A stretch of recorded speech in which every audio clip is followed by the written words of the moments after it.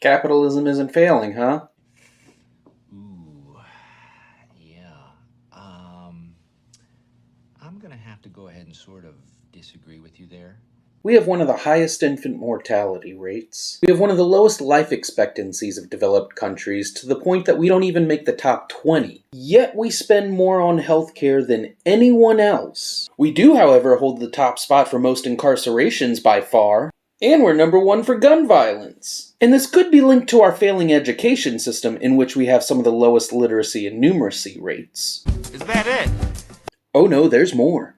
Millennials and Gen Z are the most educated generation, and according to the Bureau of Labor Statistics, we're also the most productive and work the longest hours. Yet we are paid less than previous generations at the same age. There's a reason why millennials and Gen Z are losing faith in capitalism. Is this the American exceptionalism we were sold on?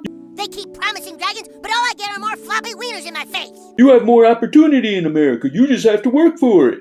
Well, now hold the phone there, Skipper. 20% of children in the US live in poverty. And if you spend 7 years or more in poverty, you only have a 13% chance of escaping. And that's not a 13% chance of becoming upper class or even middle upper class. That's a 13% chance of escaping poverty. So flat out, that's 20% of the future generation, or 11.6 million people with a little bit more than a 1 out of 10 chance of actually being able to support themselves without government assistance.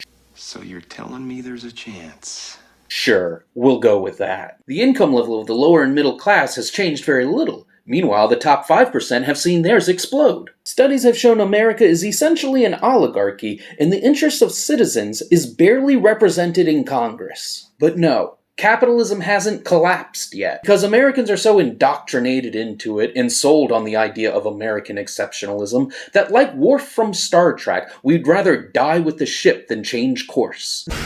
Perhaps today is a good day to die. Prepare for rubbing speed!